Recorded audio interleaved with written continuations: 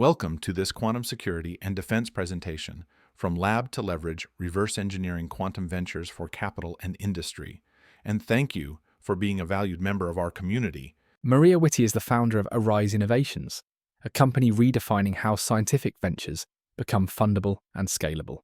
With a background in chemistry and nanotech, and over 130 projects under her belt, she developed a proprietary reverse engineering system that starts not with business plans, but with the physics, chemistry, or biology at the core of the innovation. Her approach has helped deep tech ventures across Europe secure millions in strategic funding by rejecting the rules of the lean startup playbook or business wishful thinking. Known for challenging both founders and funders to think beyond hype cycles, she works with startups, corporates, and investors to design capital logic around real scientific potential, not just buzzwordy speculative storytelling. Thank you very much. Hello and welcome to the session also from my side. Thank you, huge thank you to Anna and Steve for inviting me and for giving me the opportunity to talk about this, what I would assume a complex and challenging, but at the same time very rewarding topic. So thank you also very much for a very nice introduction.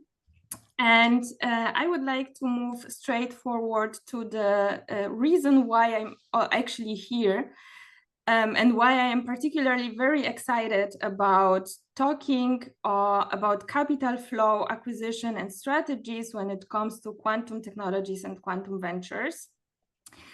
In my very, very personal opinion, and maybe I'm completely wrong, but to me, the vision of what quantum may become seems a little bit like the next industrial revolution of our times.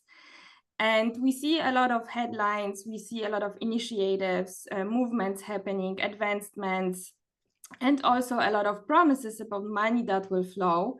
But all of that comes to, as everything in life, to downsides and upsides. So the upside is, of course, the vision and the potential that quantum technologies have and may have and become in the near or a little later future, depending on which expert are we listening to. But the downside is that as of now, the whole industry and the whole sector is basically lacking on everything: the infrastructure, the frameworks, the talent, the knowledge, the expertise, all of that.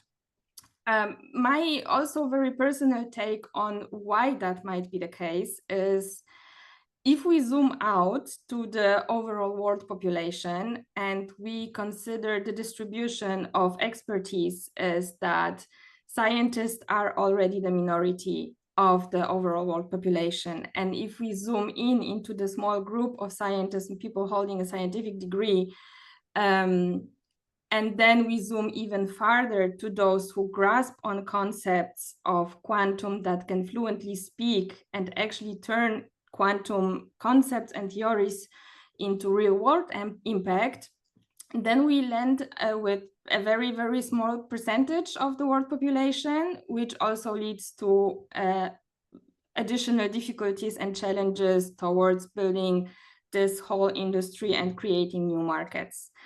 And to me, it's sort of an honor to be, or it feels like being at the forefront of the things happening right now. And when we compare to how quickly and dynamically AI revolution happened, when we were talking about it, maybe, I don't know, 10 years ago, 15 years ago, we did not have all of what we have now, and we didn't even grasp on how it will develop and evolve. And I think that solely from the scientific point of view speaking, the quantum technologies and the quantum landscape has an exponential potential of being even more and more, even faster and faster, once we provided it with the frameworks that are needed for that to evolve. So a quick introduction from my side, although Anna actually already said everything that I would wanted to say. I'm Maria Witt, and I'm chemist by training, and I'm specialist and expert in making scientific complex innovation fundable and funded.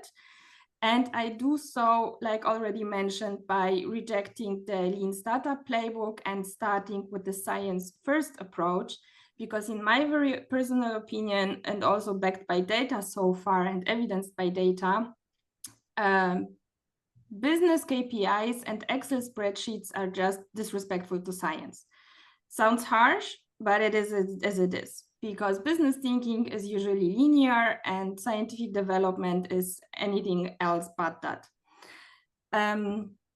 I have developed a scientific method that is actually designed like a lab experiment to create capital flow along the stages of scientific development. And I start with breaking down the science into the smallest possible parts in terms of biology, chemistry, or physics, depending if it's hardware or if it's software. And then I build from there and I see how can it scale, where can it scale, is it horizontal, is it vertical? I will dive deeper into that in a little later. Thank you for watching this presentation, and thank you for being a valued member of our community. You can watch the full presentation and over 100 lectures on our platform, Search Quantum Security Defense.